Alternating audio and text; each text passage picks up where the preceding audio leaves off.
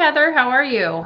I'm good. How are you, Susie? Good. Happy Thursday. Excited we could go live today. I know we've been planning on doing this, but we had some scheduling things, and you had a hurricane you were dealing with last week, right? In Yes. Florida. Unfortunately, I wasn't hit with too bad of damage. Good. We had a tree fall on our house, but it didn't do too much damage. Consider myself fortunate compared to some of the disasters that they faced in Tennessee and Definitely. North Carolina. So Yeah. If you're in those areas, we feel for you. That's just awful to see the damage and destruction that's been happening or has happened with that hurricane. So, yeah.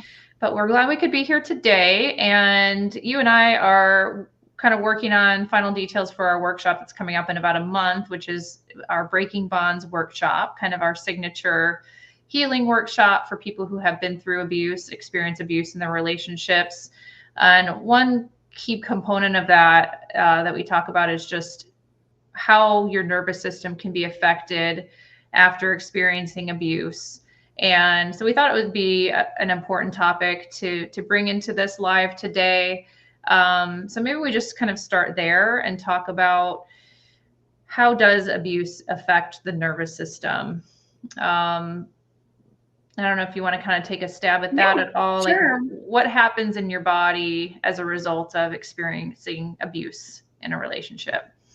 Yeah. So when you're in an abusive relationship, I will say the two main changes that happen to the brain are typically in the amygdala and hippocampus. The amygdala is responsible for like detecting fear and preparing your body for fight, flight, freeze, or fawn, if you're familiar with that response. And so when you're in active abuse, and you're constantly under emotional and psychological distress, those are the two main parts of your brain that are impacted, right? The amygdala is constantly looking for danger. It's a primal instinct that we all have, and what some people don't realize is it happens not just in physical abuse, right? Like obviously it's going to be activated if you feel like you're in physical danger and you're experiencing physical abuse, but it also happens when you are in a high conflict relationship where you feel like you are constantly degraded and you feel like you're under attack emotionally and psychologically. And so, once you've been triggered so many times, or you feel like you've been walking on eggshells, your body can get stuck in that fight or flight response, and you not even realize it. And it can trickle into other areas of your life. I've talked to many clients. I've also experienced this personally, but I would be triggered or have different trauma responses in the workplace, right? Where I wouldn't necessarily react, right? In a professional environment, I wouldn't react, but I definitely felt that constant sense of anxiety, right? So if I felt a similar feeling of being under attack, or if I was asked very basic questions, I would feel like this person is questioning me because they think I've done something wrong, right? When they're just asking very simple questions. So, so I would experience a lot of and be in a constant state of fear that something, the bottom was going to drop out. Mm-hmm. And so being able to recognize things like that is really important, because even if you do find yourself leaving the relationship or even having been discarded, and you have removed that external force that has caused you all of that stress, sometimes our bodies can be stuck in fight or flight without realizing. Right. And so Yeah. looking for those signs are very important, right? Like anxiety, or feeling depressed, or having low self-esteem, or feeling like high levels of aggression. Mm-hmm. Even Yeah. physical symptoms, right? Like a lot of really common symptoms are headaches. Stomach issues. Yep. Yeah, for sure. Yeah. Yeah, definitely. I mean, I think what you were explaining, or I think you explained it really well in terms of just what's happening in your brain and while you're in that abusive relationship. And that was something that I had no idea about until I started learning more about the impact of trauma on our physical bodies. And like you were saying, it actually, even if there's no physical abuse involved, repeated emotional abuse causes changes to your brain. It can cause that, like you were saying, swelling of the amygdala, shrinking of the hippocampus. And when that amygdala that's responsible for those primal emotions like fear, um, when that becomes swollen, then you are becoming just more overly reactive than you would normally be, and it takes over the thinking part of your brain. So when the amygdala is kind of located at the base of your brain, so it's kind of that first line of defense when something happens. And when it's activated, the front part of your brain, that prefrontal cortex, shuts down, and that's kind of your thinking part of your brain, the part that's responsible for executive function. So that's why people who come out of these relationships feel like they can be so easily triggered, like little things can set you off. And I remember feeling that way too. Like I would get a text message that, from my ex that wasn't nice, but it wasn't the worst I'd ever gotten, but it would still just push me over the edge. Like I remember distinctly getting one, and I was alone at the time. It was like a Friday night, and I remember going in my kitchen and I just wanted to slam the cabinet doors. I was just like slamming them open and shut. Like I was just like so triggered. And it makes people feel like something's wrong with them, Yeah. Why am I feeling this way? Why do I, snap so easily or lash out? Well, it's because your body's become dysregulated, and you've got to try to find a way to, get that part of yourself healed. So that's what we wanted to spend a little bit of time talking about today. How do we start regulating ourselves after we've been in these relationships?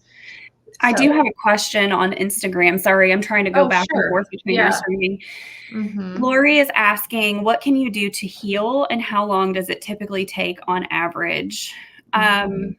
So Lori, there's no one size fits all. I'll just say that. And I think it depends on the person. And whenever you're asking how long it takes, I will say it depends on what type of abuses you've endured, how long you've been under or in active abuse. Oftentimes you'll find that abuse doesn't necessarily start in a domestic relationship. Sometimes, as you're healing, more wounds will open along the way that you need to heal. So when you're asking how long it typically takes, I will say healing is, in my opinion, a lifestyle change, right? It's a new way of thinking. You are building a new way of being, really, right? You are, instead of shutting out emotions, instead of being ashamed or feeling like you're reacting out of shame when people trigger you, right? When you get uncomfortable and there's conflict that arises, I will say accepting those emotions is part of healing, right? And so they're uncomfortable changes for people who are healing because we've typically been taught to shove our emotions down, to people please, to put others' needs before our own. And those sort of behaviors, while they're healthy and better for us, they make us feel uncomfortable. So it takes a long time to accept those, or I will say to retrain yourself to live in these more healthy behavior patterns, but long-term help us live more fulfilled and happy lives. It doesn't happen overnight. and it's a gradual thing. There is, I will say, it took me at least a solid 2 years to feel like, oh, there's nothing wrong with me. It's just, I've carried this guilt and shame that other people put there for so long that some of these thoughts were just false beliefs. I'll say that, right? And a lot of it, some of it was a pruning of people that, just didn't serve my mental well-being, and others, other changes were pruning of just old and false beliefs that were never mine to begin with. And that's just a way of being, and it's never really over. Right. And I would just say it's a gradual releasing of things, while adding, new, better ways. I'll say better, happier, more joyful ways of being and building a life that you love for yourself. Mm-hmm. So I know that was a really long-winded answer. And what you can do to heal, we will talk a little bit more about that. I will say it depends on the person. I will say I started in talk therapy, and then it went into self-exploration and things that I wasn't open to when I originally started healing. And then I started learning about trauma responses and ways you can heal that I was open to, right? Like breath work is one thing. There's, what is it called?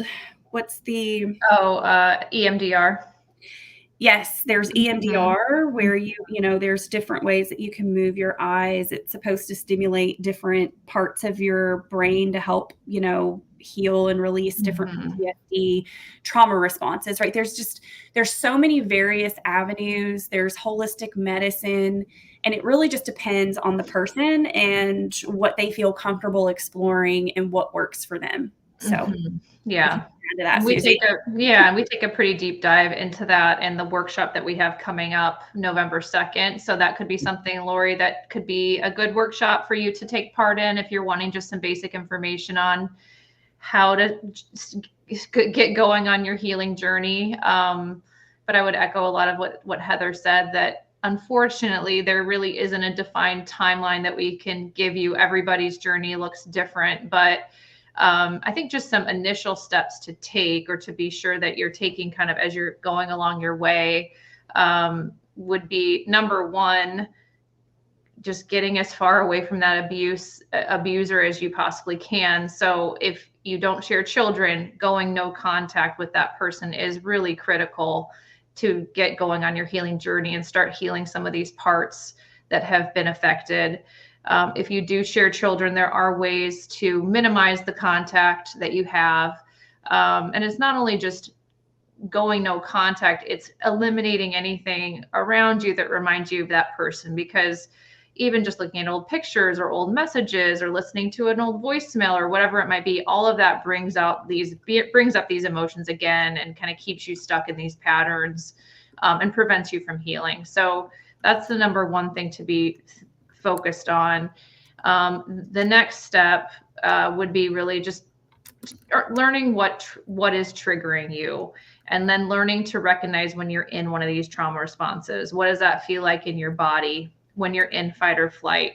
What does it feel like when you're in the more kind of collapsed, shut down stage, which is freeze or fawn?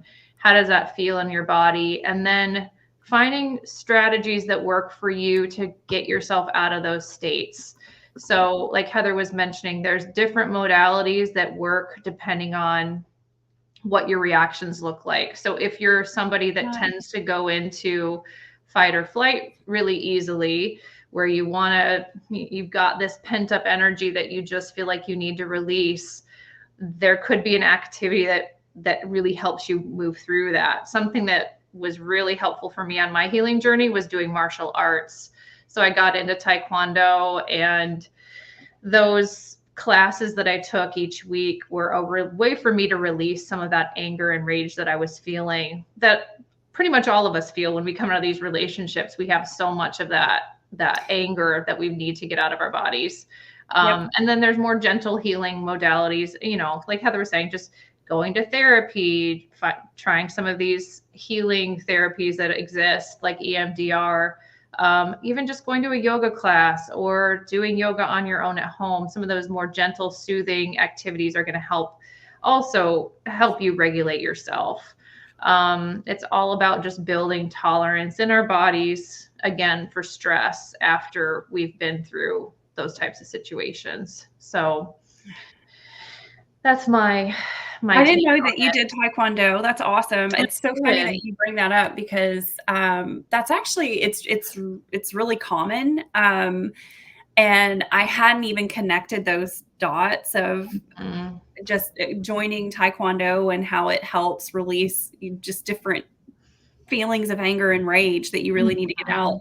Yeah. Because before I made the move to Florida, I was like, I think I really want to go to, like, I really want to join a kickboxing class. And it's so, I mean, I would do F45 fitness and stuff like when I first, like whenever was single and doing all but it was one of those things where I was like, I needed to get myself back, and I never really thought about it releasing, because I mean, F45 is pretty intense, and I don't know why I decided to start there, but I did. And now I'm like, okay, let's do a sound bath and let's do yoga. And the other day I was just thinking, man, I really want to like punch something. Yeah. Sometimes you need it. High without falling down. But I didn't even put that together.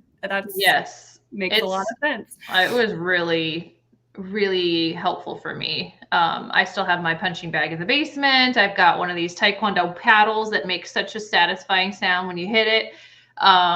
It's a great activity to do. And it doesn't have to be Taekwondo. Like you said, it could be a kickboxing class, or just buy a little stand-up punching bag and put some aggressive music on when you feel like it and go for it. So I love it. Now I play tennis instead, and that's a good release for me too. Just hitting a tennis ball, just physical activity for me has been really healing. Yeah. So I have somebody else that just left a comment into my healing process, and this week was rough. So all you mentioned makes sense.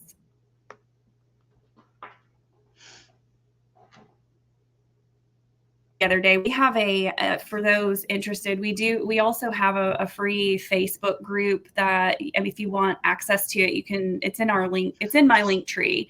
If you're seeing this from my Instagram account, but I was actually just talking about that the other day of sometimes you can be on this, what we call healing journey, and suddenly it feels like everything is triggering us. All of the progress it feels like we've made it feels like in one day it's just gone. And really what it equates to is you just had a rough day and you're being hard on yourself, because sometimes that's what happens. And what we have to realize is we've spent a lifetime, I'm just going to say a lifetime, building all of these patterns that we've built in active abuse. And we have these, what we call neural pathways, and how we've been so accustomed to living and walking around the eggshells that sometimes, and when you build the new healthy patterns, you're building new neural pathways, right? And the more you use those new patterns, the more your brain gets used to acting and moving and being that way. And sometimes when we get triggered, or whenever we have like that one experience that just kind of pulls us right back into the past and making us feel like we've not made any progress, it's not that you haven't made progress. It's just what's happening is you've jumped ship, and we're now living in those old neural pathways of being and thinking. And it just takes a little bit of time to say, or to realize and have the self-awareness of, oh, wait a minute. That's the old way of believing. That's the old way of behaving, reacting, insert whatever adjective you need. I'm going to hop back over here on the sunny side and I'm going to leverage these new skills, these new tools, these new patterns to move forward and through this, because I also, I built these new neural pathways, this road, this highway, whatever you want to call it. I've built this for a reason. And so whenever you go through those rough days, just remember, oh, wait a minute. Those are my old neural pathways. We need to get off the nearest exit and head over to these newer ones. And so it's common. It's just going to take finding grace for yourself and acknowledging when you're in that state, so you can just flip that switch and decide to come back on over to the sunny side. Yeah, I love that. And I think it just highlights that even though things have happened to us and they have actually affected our bodies physically, there are ways to heal, and our brains can actually heal themselves. And I think that is like so incredible that our brain have the ability to do that and create new pathways and new ways of being. So there is hope. I think when I first learned about the physical damage that can actually be done by abuse, my mind was literally blown. I was like, wow, actually something really happened to me here. And it can feel really, there can be some anger and emotions that come along with that, but there is the opportunity there to heal that. So that's always good to keep in mind. Do you have any go-to exercises or quick self-regulation techniques that you like to do if you're feeling triggered, or even in one of those more kind of low depressed states? Yes. Maybe one for each. If you don't mind sharing, I've got a couple I can share too. One of the things I talk about in my book is when you're healing, I'm going to say this, when I was healing, I realized that the only happy chemical I'd ever really learned how to produce was dopamine, which is the reward chemical. And, because my life was kind of a roller coaster through, in childhood and then throughout my relationships, really the only thing I knew how to do was produce dopamine. And so I was addicted to work. If I was really down, I would self-soothe with alcohol. Anything I could do to get that reward chemical, right?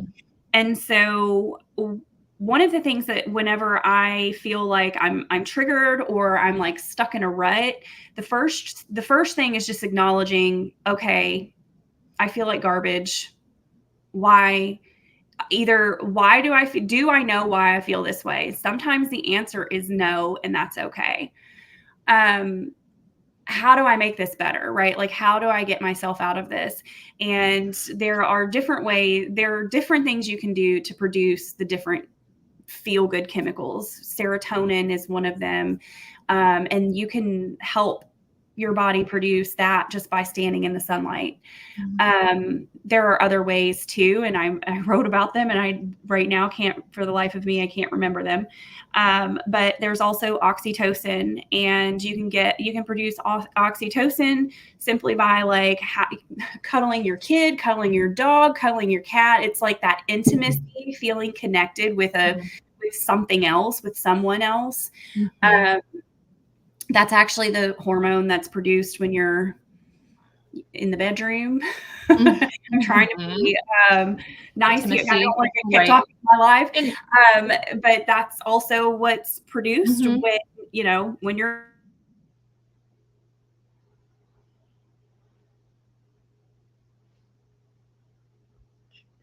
or feeling anxious. I have supplements that I take for that I got from my holistic care physician. Sometimes it's just a matter of getting out and moving my body and having a conversation with a friend. And what you'll find is sometimes there's a different solution based on however it is you're feeling, right? If it's a down and depressed, slow kind of feeling, I need to connect with someone. I need to hug my dog or take my dog for a walk, or, go out and have lunch with somebody that is very uplifting.